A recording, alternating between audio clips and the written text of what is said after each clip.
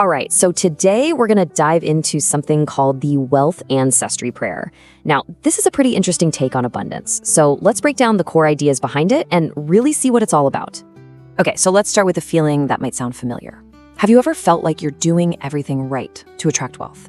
I mean, you're visualizing, you're putting in the work, you're saying your affirmations, but you're just stuck. Like you're hitting this invisible wall. It really makes you wonder, right? Is there something unseen that's holding you back? And not feeling? That's really at the heart of what this is all about. The source material basically asks, what if the problem isn't your effort at all? What if it's something deeper, a hidden block buried deep down in your subconscious?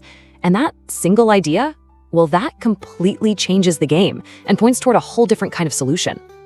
So first up, let's talk about what the source calls the manifestation dead end. You know exactly what this is. It's that frustrating place where all your positive thinking and hard work just fizzles out. You're not seeing the results you were promised. Because of that dead end, the whole focus flips. Instead of looking outside, the idea is to look inside. This is about wealth from within. The goal isn't to attract something you don't have, but to activate something that's supposedly been there all along. And that brings us to the central concept here, wealth ancestry. So what is that? Well, according to the source, the idea is that abundance isn't something you have to go out and find. It's more like an innate code that's already written into your DNA. Think of it like a hidden inheritance passed down from your ancestors, just waiting for you to flip the switch and turn it on. Okay, so if this wealth code is already inside us, you gotta ask, right? What's stopping it? Why isn't it working for everyone? Well, that leads to the next piece of the puzzle, unlocking ancestral blocks. And how do you do that? The method proposed in the text is actually super simple. It's a 7-minute audio that you listen to every night right before you fall asleep. The whole point is to catch your subconscious when it's most open and suggestible, kind of like when its guard is down. So, what's this audio actually doing? Well, according to the source, it's designed to target something called the seals of Solomon. And no, we're not talking about ancient treasure. These are metaphorical seals, those really deep-seated subconscious blocks. You know the ones, those little voices in your head that whisper things like, I'm not good enough for that, or there's never enough money to go around. The process itself is laid out in 3 simple steps. Step 1, you just listen to that audio every night. Easy enough. Step 2, the audio uses what's described as a wealth frequency that's meant to directly target those subconscious blocks.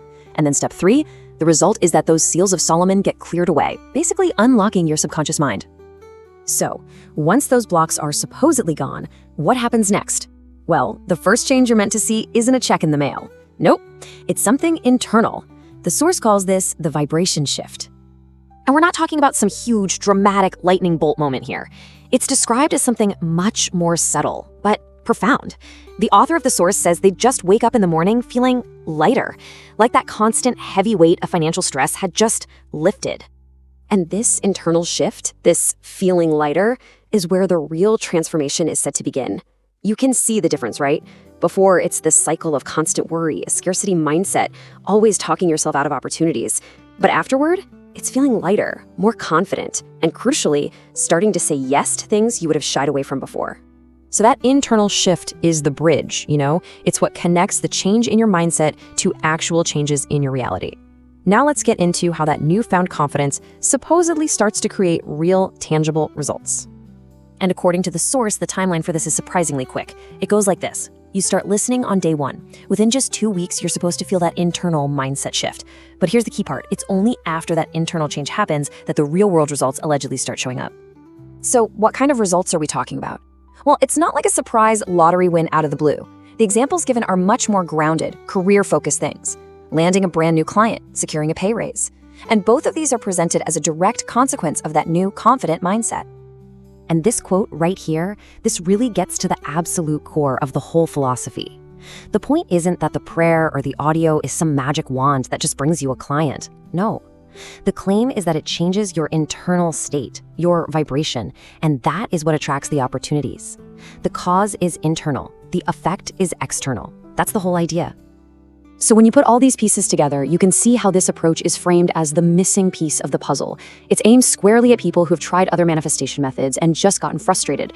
The suggestion is that the law of attraction isn't broken, you just have these deep, subconscious blocks that are getting in the way. And that really leaves us with the big, thought-provoking question at the center of all this. What if the biggest barriers standing between us and our goals aren't really out there at all? What if they're not our boss, or the economy, or bad luck? But instead, they're the invisible scripts and hidden beliefs running on a loop deep inside our own minds.